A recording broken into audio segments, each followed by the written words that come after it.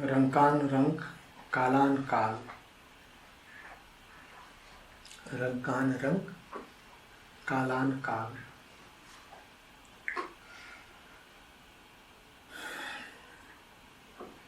He is the poorest of the poor, supreme poor. And he is the death of death.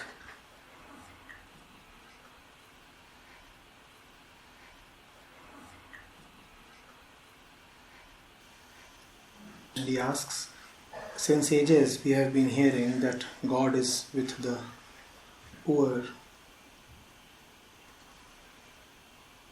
Is it like giving a false hope to the poor due to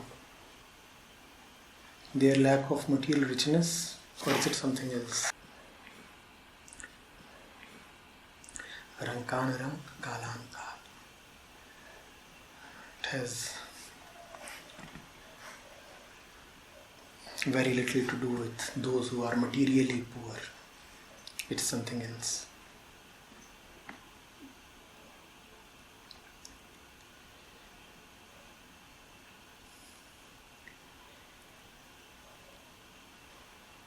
The Absolute is timeless, and it takes away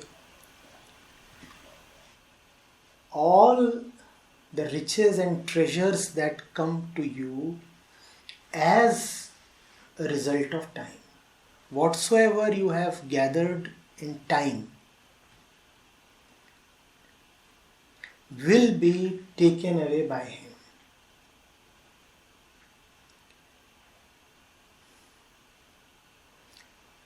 He is the destroyer of all that time gives you. And all your riches have come to you only as a product of time. Kalan Kal. Destroyer of everything that is time-based. You may think of the time-bound things as permanent, unending. In a spell, when you are being pleasured by time-bound things, you want to totally forget that they have an expiry date. But even if you forget them, He is the destroyer of all that is a product of time. And the same thing is expressed when it is said, Rankan Rank.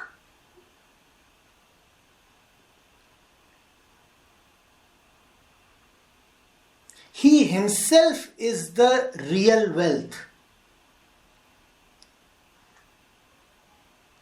Apart from him, no richness exists.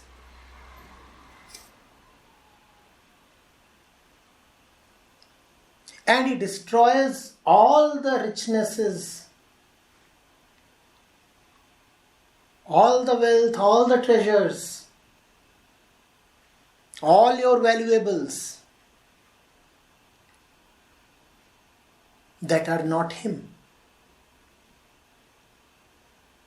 He is poor because he does not own any wealth. In your earthly language, whom do you call rich? The one who owns wealth. The Absolute does not own any wealth. Why? Because he is wealth absolute. He is all that there is. What is there for him to own? All that there is him. Therefore, he is wealth absolute. And he does not own anything. But if somebody does not own anything, what do you call him? Poor. So in your language he is poor because God owns nothing. No house, no car, no family, no bank balance, no relationships, no past, no future, no time, no space. He owns nothing. He owns nothing because he is immanent in everything.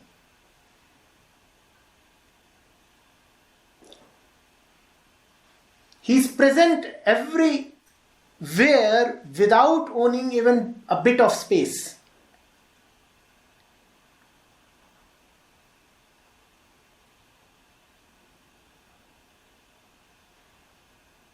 He is the point from where time originates. But there is no special period in time that he occupies.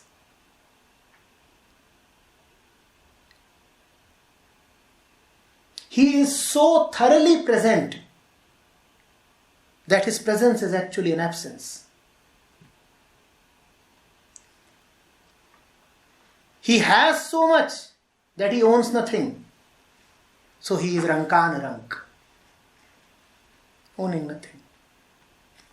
That, is also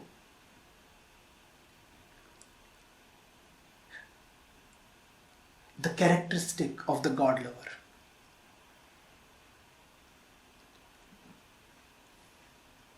In Salok Mohalla Nawa, Guru Sahib says, Harijan Har Antar Nahi.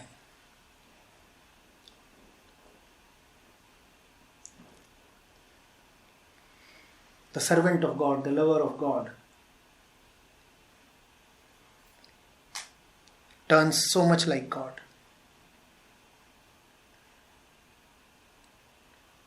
And you can see that in his being. There is a lot of richness, but his tendency to own shrivels. He becomes very rich, but he carries no more riches.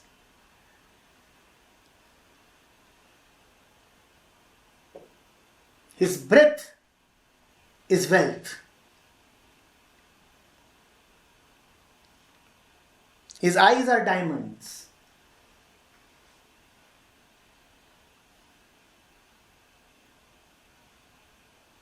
There are treasures in his voice.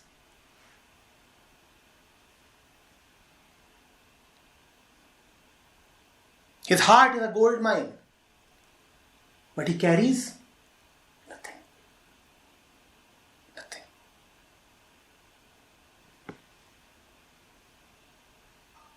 A common man would call him poor, rank. Such is God, such are God's servants. They have nothing, they are very poor. They are so much, they are absolutely rich. Rankan Rank. But even as you say that he is the poorest among the poor, you also must remember that the quality of wealth that you possess would be taken away by him. Kalan Kal. He wants you to be like him. He wants you to be him. Therefore, he does not quite appreciate when you start owning paper and stones and metal and land and knowledge and people. He says, when I do not own anything, why do you want to own so much? And if you own so much, I will come and take away everything that you own. And by taking away all that you own, I am doing you a favor. Because when I take away what you own, then you turn a bit like me. Then the possibility that you will remember me increases. As long as you remain lost in what you have, you remain lost. When calamity strikes you, then you are forced to look to other directions, sometimes to other dimensions. Kalan Kal, God the fearsome, God the tremendous, and God the terrible.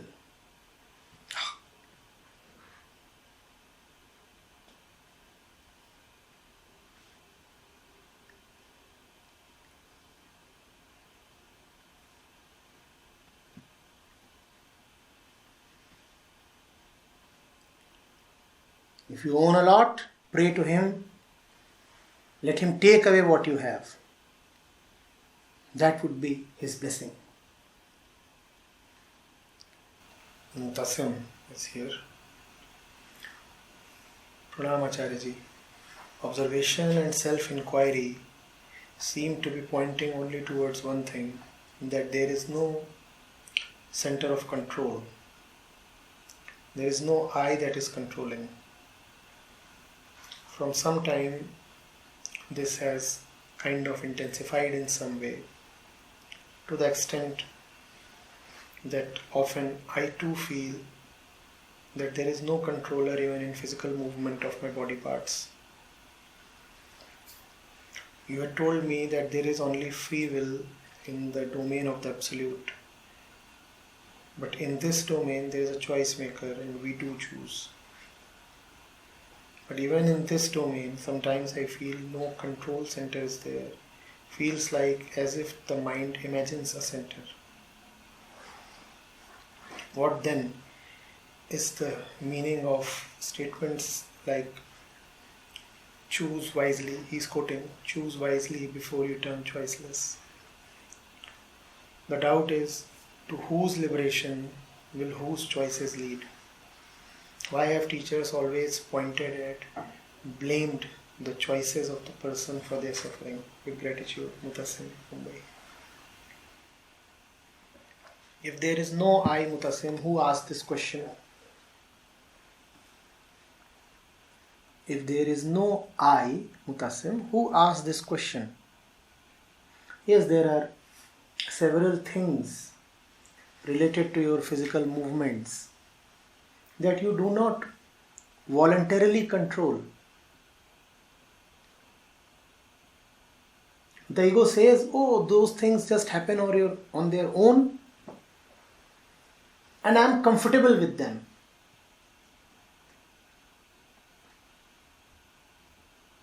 I am allowing them to happen. Even then the ego does reserve a doership role for itself. And to support its assertion, the ego says, fine. I do not voluntarily breathe, but can't I even stop my breathing? I can. In the extreme case, can't I commit suicide? I can. And if my breathing does become irregular, can't I invent medicines to regularize my breathing? I do that. So that means that even in the involuntary process of breathing, I do have a role.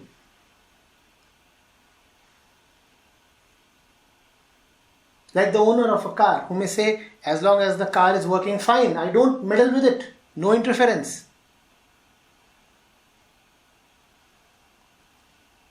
But the moment the engine starts spluttering,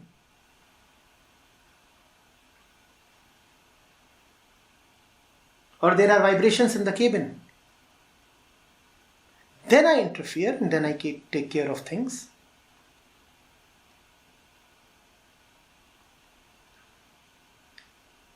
The ego does remain. It is the ego that has sent over this question. It is the ego that talks of the physical processes that you have just mentioned. Now you say that when you observe with attention, then you do not find the I. When you do not find the I, then there is no need to make a choice. The contradiction that you are facing is that I have advised you to choose wisely. I have said, as you have quoted, choose wisely before you turn choiceless. And you are saying that when you are attentive, then you are not left with somebody to make a choice. In those moments, do not make a choice. In those moments, the choice has already been made. In those moments, the one making the choice is beyond you. So the task of choosing is no more upon you. But that is not always Mutasim. Was it not a choice of yours to send over this question? Tell me, please.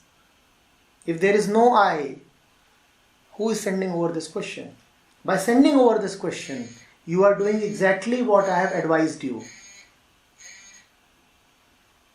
I have advised you to choose wisely before you turn choiceless. You made a wise choice in sending this question to me.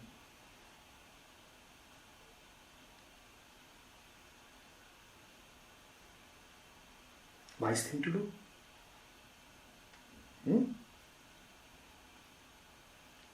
But be careful. What appears like choicelessness can either be the best thing to happen to you or the worst thing.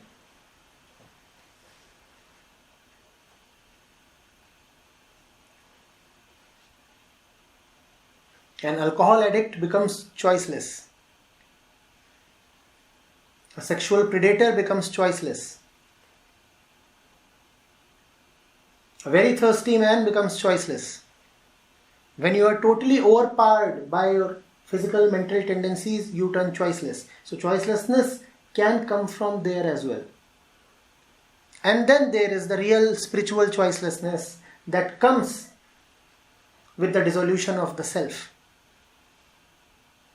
Be very cautious what kind of choicelessness you are talking of. It is better to always see that the ego is very, very stubborn. It does not leave so easily. Even if it temporarily recedes, it says, I am choosing to recede. It's not that I am going away. I remain the doer. I am the doer of the retreat. I am choosing to take a couple of steps back. The ego does remain present. And if you conclude too quickly that the ego is gone, then you are walking straight into the trap set by the ego.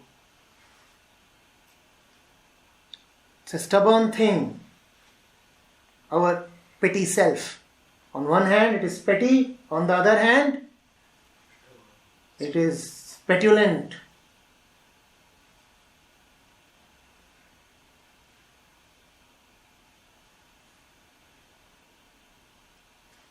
It can pretend to be dead. And just as you start rejoicing, it will get up and stab you in the back.